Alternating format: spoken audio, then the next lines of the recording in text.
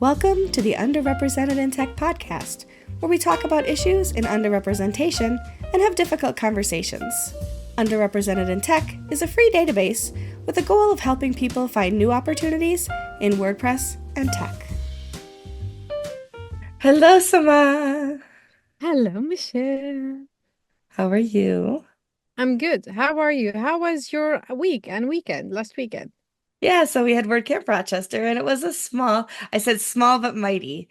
Lots of good talks and lots of good conversation, even though it was a smaller WordCamp. But we're finding that a lot in North America, that a lot of our camps have been smaller this year. So I'm not going to worry about that. I think everybody who was there really enjoyed it. We had about 40 people, and it was a lot of fun. It was a lot of fun. So That's awesome. That's amazing. yeah, yeah. How was your weekend? My weekend was like staying in the home, doing some work in the garden. It was kind of the last good weather weekend in the Netherlands, Mm. and I have a nice cat visiting me, and so I was cuddling with him all Nice. weekend. That always feels good. Yeah, I yeah. love It it. makes me happy. So yeah. Yeah. It's Yeah. funny. I grew up thinking that there were gender norms with certain kinds of things, like boys like dogs, girls like cats. Like that's how I grew Yeah. up, right? Like women drank wine and men drank liquor and beer, and Yeah. women drank tea and men drank coffee, right? Like mostly because of how my family was, I guess, right? But I literally thought that that's how the world ran. Like the first time I drank bourbon, I felt like I was doing something that I shouldn't be doing because that's a man's drink, right? So Yeah. it's nice that the gender norms that I thought were per- in place aren't necessarily in place. I think they probably Yeah. were more earlier on, like the 50s or whatever, and perhaps my family was stuck there, but No, that there me, you go. me, I don't know. I like dogs. I like huskies, but from far away because the thing is when they come at you and jump and at you, it scares me. So cats is Yeah. more say, and I get bored. So I cuddle with him half an hour and I don't see him for 2 hours. The perfect relationship for me. I love it. Well, our topic today is gender norms, though, and a little bit Yeah. that way. So I know you've done the research, so I'm going to let you talk and I'm going to drink my coffee. Yeah, enjoy the coffee.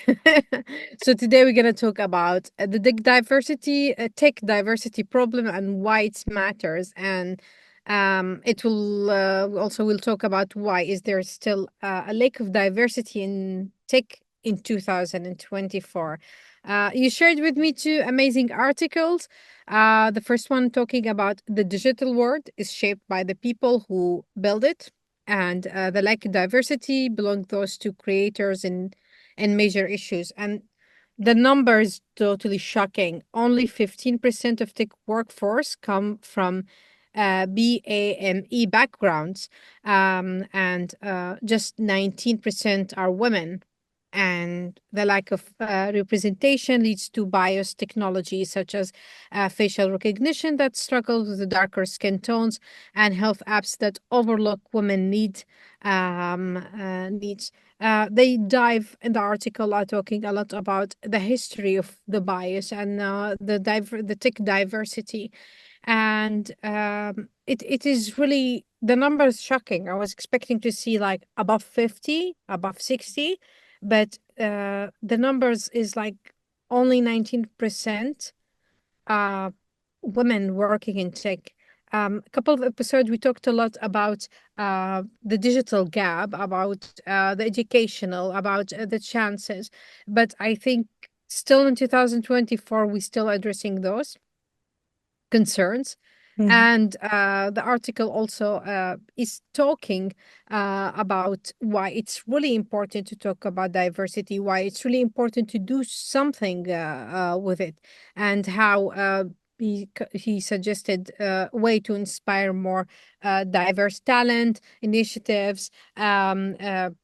Something called like Erase All Kittens, an online coding game. It's designed with inclusivity in mind to teach kids the future, let's say, workers in tech, to not fall in the stereotypes or in the bias, to think in everyone as inclusive when everyone thinking about designing an app or if there's a security issue uh, online. Yeah. And So, for people who don't know, BAME stands for Black, Asian, Minority, Ethnic. So we might also use the term BIPOC in yeah. that same idea. Yeah. So what do you think? Why I don't know why do you think we still lack of diversity in tech? Yeah, I think it's an interesting conundrum, right? Because in a lot of respects, like, we've talked about misogyny and that women, traditionally, like I've talked about my father, Yeah. when I told him I was working in tech, he laughed at me because he didn't think that women had brains that could work in technology, right? And this was like Mm. he died 2 years ago, so it wasn't that long ago, right? So like we're in the last 5 years, my father was saying, "No, you don't work in tech. What do you do? What are you doing?" And I'm like, Mm. "Dad, I do. Like I've built 300 websites. Like of course I work in tech." And then when he found out that like people asked me to speak on these subjects, he was just blown away. Like, how? I'm like, okay, do you think my genetics only come from my mother? Like my Yeah. father worked in STEM his whole life, right? So, and it's crazy, but I think that there's still a lot of stigma around the idea that women are somehow less than, or that Yeah. we can't wrap our little heads around it somehow, right? That like like that we should be able to speak a foreign language, but we shouldn't be able to code when we know that those things actually are very similar, right? To understand code and is like to understand a foreign language because language is code. And so, it's like you expect a woman to be able to speak French and Spanish and English, but gosh, she can't wrap her little head around, a little JavaScript or something.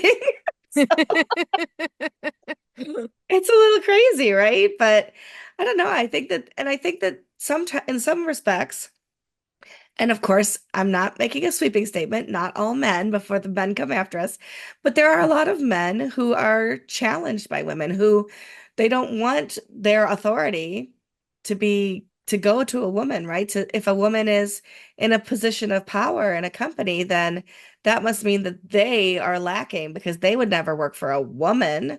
We're weak. I mean, there's so many things, right? That we get labeled as weak and simple and all of the things when the truth is we're just as capable. Um, and traditionally, gender roles, we've gone to different kinds of, nurses and teachers and things like I've talked about before. I'm older, right? So like when I was in school, it was like, are you going to be a nurse or a teacher kind of thing. Yeah. And nobody ever said to a woman, do you want to be a rocket scientist? And there was no web back then, so it wasn't like, do you want to build websites, right? But like other STEM things, maybe. Like I had a math teacher who was a woman once upon a time, and it was like so weird to me as a kid that my math teacher wasn't a man because of the way that those gender roles had been set up to that point. And I think the same is true for underrepresented folks across the board, right? If you're in a wheelchair, you're seen as less than. Like your brain must not work because your feet don't, right? Or your legs don't work. So therefore, you must not be as intelligent as other people. And yet, Stephen Hawking was like one of the most intelligent men that we know in our time, right? Yeah. So, like, there's just this conundrum of this paradoxical thinking, right? That because we have a certain color skin, because our bodies work a certain way, because we are predisposed to love who we love, or because we are, X, whatever we XX and XY, we're different chromosomes, that somehow our brains don't have the capacity to work in the same way. And it's just rubbish. Yeah. I totally agree with you. I found it still crazy in 2024. We're still talking about women rights and we with the work and we are equal and everything. Of course, we go through our hormonal cycle. We go a lot through changes, but that doesn't mean that we are less smart or we have less are less capable of doing the job. But also, let's say, of course, there's all of those things combined with, I believe, also the lack of diversity. in the tech force is like the non-inclusive job requirements. There also you can the bias and gender from the recruiters, and also which is some people not like that also, how can I say, the non-diverse leadership in the companies, because Hmm. they don't really focus on adding diversity. While if some there's more women in C level or leadership, of course they will target a different audience or recruiters to hire. Um, I agree with you. And also, I remember once we talk about the digital gap, the people who Hmm. they don't have enough resources also. And sadly, let's say the minority, as we said earlier, they are the one who has less money. They can afford less access to technology, less learning. All of the BA, ME, all of them will not have the same equal chances of going to university or getting good jobs or getting the knowledge that other people Right. need. But the numbers are really impressive, because I don't think it's funny because I was checking how many Asians and how many uh, people of color in the world. They are more more number than the white people. Right. So Right. when you're talking about, and also the women are now, I think, above 50 comparing to men. So when you say only 19% of the workforce is women, there's like this huge, massive gap. Of course, Hmm. we're going to talk about maternity leaves, about your women when they get married or they have a partnership or they have kids. Most of the time, I'm speaking about some in Netherlands, in Europe, Hmm. women are the one who sacrifice their career to work less time, to be with the kids, to save Right. money, not to put the kids in the daycare. It's hardly ever the man who wants to do it. But Right. of course, here it's funny. I think 20 years ago, if I'm not mistaken, I studied Embericher, which is mean to naturalization you before getting the Dutch nationality. And Hmm. in the book mentioned women, I think 20 years ago, if you're working in the bank and you get pregnant and you had a kid, you will get fired because you cannot function as a normal person. And I found that it was, what the hell, you know? I think they used to believe that some of your intelligence went to the child, like that you lose brain cells in birthing children, which is like it's insane. I mean, it was the Yeah, 70s and they still didn't think that infants felt pain and they still didn't think that people of color felt pain. So like they yeah, were still performing surgeries and stitches and all these things on black people in the United States without any anesthesia because they didn't think that they could feel pain, which is insane. Like yeah, what? It's crazy. And so so that just kept getting applied to our fields of work and things. And then you think about, especially in the United States, and I don't know what the migration situation of people is in Europe, but we have a lot of people who immigrate to the United States. And oftentimes their degrees and their education, they're told they have to start again. And so they yeah, can't start in those positions of authority within companies because, I mean, you hear about doctors whose medical practices were booming where they lived, and now they're like janitors or, doing something else, working in stores because their degrees aren't recognized here. And I don't know what it takes to challenge those kinds of things. So I can't speak a lot about that, but I just know that when you have left your field in one country and you try to do that same field in another country, you often aren't seen as less than and have to prove yourself in order to climb some ranks. And I think it's just terrible. Like knowledge is knowledge, right? So yeah, and we should be encouraging people to be their best selves and pursue their passionate careers, right? So if you are passionate about the STEM, a career in STEM, then you should be encouraged to pursue a career in STEM as opposed to told that you should be, teaching children or something. Don't know. yeah. I agree with you. It's the same in Europe. Like people coming from outside of Europe, whatever your degree, you have to redo it again. And sometimes I find it really nasty that you have to do it with a Yeah. language you just learned, whatever Hmm. you studied before. Yeah. Yeah, as you said, it is still we need to talk about, and I don't want to say fight, but those stereotypes, and try to hopefully to reach one generation that women are totally equal. And we're not gonna hopefully not to talk about the salary gaps. That is also Yeah. another issue, Yeah. and yeah, and also if you're talking about the minorities, wherever you are a minority, like the luxury, if you don't have this financial security and you want to follow your dreams, or you want to do something and you want to risk, or you want to go higher in career and work, you will choose not, because at the end you want to have your paycheck, you want to pay your invoices, your put food on the table, and also at the same time taking risk. If you're not financially secure, I totally understand it. Like, I Yeah. will not do it.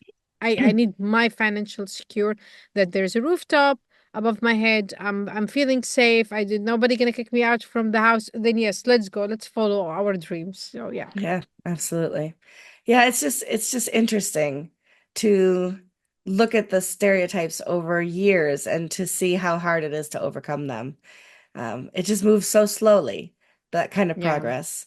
And it's mind-boggling. It really is. Yeah, hope one day we don't have any more something to talk about. The world is I beautiful know. and shiny, but not at all, not at all. Like, oh, there's no need for underrepresented in tech anymore. Wouldn't that be No, no, lovely? no. I would love to see that day. I would love to see it. Yeah. Yeah, yeah, And I think with some of our younger generations, it's starting to happen a little bit. So, my daughter, for example, she has an associate's degree in media, right? So she wanted to be a film critic or something at some point. And then she moved to Buffalo and she took a job with a temp service because she didn't know what else to do out there. She moved out there to follow a boy. She's married to him now, but she started working at a bank as a temp, in secretarial type work.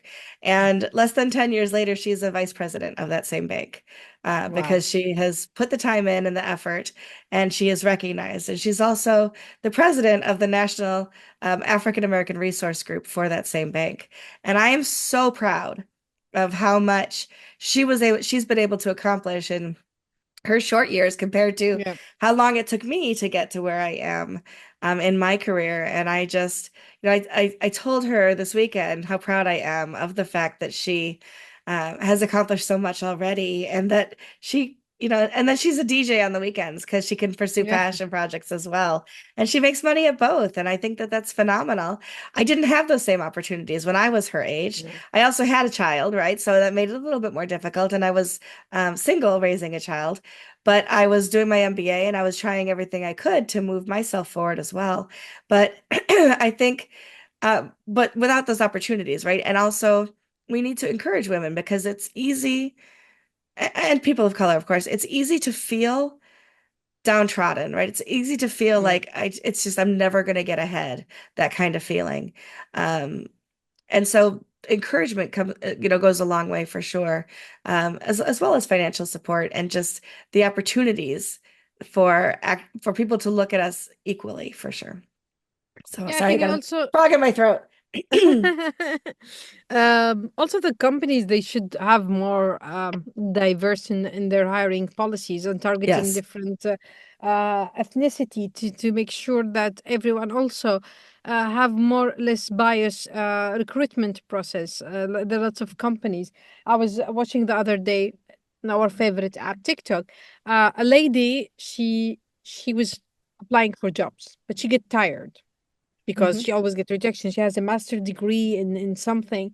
And what happened is she sent two CVs to the same company. One of them, she write her name is Marie, whatever, and she put her photo, like she's without a veil. She's originally the lady from Tunisia. And the other name, she give her Samira, something Arabic name, and she didn't put her photo. So she put the two application, and they were asking they need a team, whatever. So the married one get interview immediately, and the second one they send her rejection. The same CV, the same skills, the same education. Yeah. So the lady just picked up the phone and she was videoing and she calling them, just asking them in French why I was rejected. The question they were asking her, they were asking her first like, your name is it doesn't fit our culture. And she said, what's wrong with my name? That I was My born in goodness. France and I was raised as a French with ethnic background Tunisian, but I'm French woman. I have French nationality. And then the other person said, like, are you wearing a veil? And do you want to marry? Do you want to have kids in the future? Because you Arab women's like love to get married and have a lot of kids, so you can have a lot of vacation. Me, Oh my like, what goodness. the hell? And then she told them like, but the other CV just I received an email that I have an interview, and the person, what you saying? She said, it's the same CV, same skills, just only different name, and in the French name, she put her photo, and in the other name, she didn't put her image. So they start people giving their stereotype bias without seeing how she will looks like. Hmm. And that's happening a lot. So the people when they scan CV, they see a name. Let's say a Dutch company see non-Dutch name that they will think, no, we know I don't really want to go there. Or some people they look at you and they see a different color or a different pigmentation. They are not the Yeah. majority of that country, so you don't your CV get attention a lot. Yeah. It's hard. It's really hard.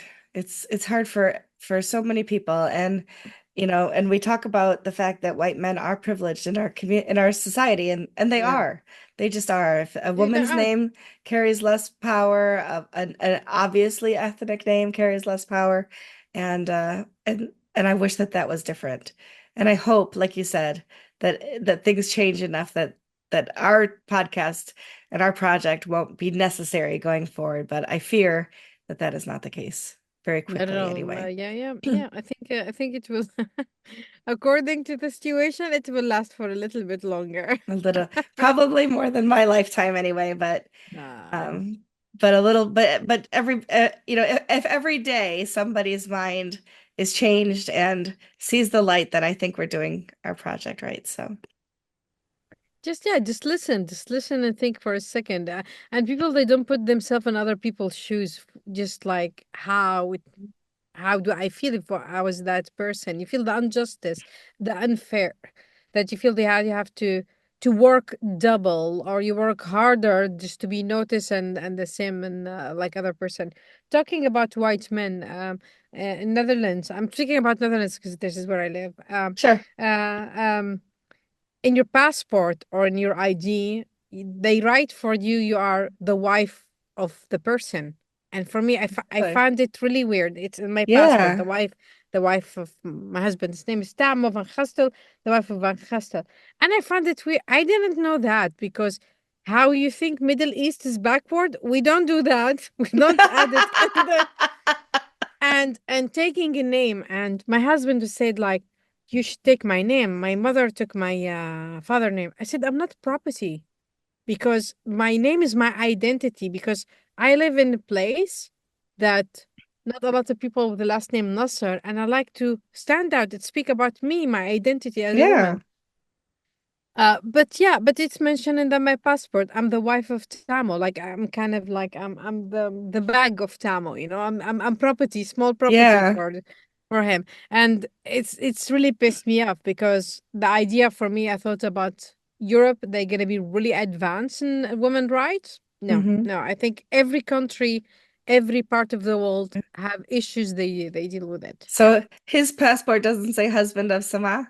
No, no, no, but I can write it. I can write it next time I see him. And the husband of I yeah, mean, if it connected family members both directions, then it's like, well, okay. But if it's just women, then oh, that's yeah, terrible. I know. Like we're just chattel, we're just property. yeah, yeah. Yeah, crazy. In the United States, one of the women who fought really hard for women's right to vote, her name is Susan B. Anthony. And I don't know Mm, if her name is known around the world or not, but she lived right here in Rochester, New York. And one of the reasons that she fought so hard for women's rights is because her father was very bad with money, right? He did bad investments and things like that. And when the creditors came to their house to seize property to pay the debt, they even took her mother's eyeglasses because her Oh, mother's property was considered her father's his. property, Yeah. right? Yeah. And so seeing her mother have to, not have her own eyeglasses to be able to see properly because of her father's poor career choices, really bothered her enough that she wanted women to have better rights and representation for themselves in voting here in the United States. And that was back in the 1800s, right? So we're talking quite a while Mm. ago because she died in 1904. But you think back and it's like when you tell me that about your passport, it doesn't feel very much different than her mother losing her eyeglasses because it was her father's property. And Yeah. we think that it was the 1970s here in the United States before women could have their own bank accounts and credit cards, before they could sign and own their own property without it also belonging to a male family member, like a husband or a father or brother. It's just, it hasn't, we've come a long way, but it's more recent than we think. And that's why it's so Yeah. important that we keep moving forward, as staunchly and as rapidly as we can, so that we are not seen as less than, we are not seen as property, and we can stand for who we are on our own. Yeah. I could not say it better, honestly. I Oh my totally goodness. agree with you. I totally Yeah. agree with you. Yeah. Well, I don't know what we're going to talk about next week. If anybody has ideas, things that they want us to tackle, please let us know. I do have somebody I'll talk to you later that has been putting some bugs in my ear, and we're going to try to get her on the show soon. But if there's other topics that people think we should be chatting about, let us know. We're happy to do some research and bring those subjects to the forefront. Anyway, Yeah. thanks for being with us. We'll see you on the next episode of Underrepresented in Tech. Bye, Samah. My Michelle. If you're interested in using our database, joining us as a guest for an episode, or just want to say hi, go to underrepresentedintech.com. See you next week.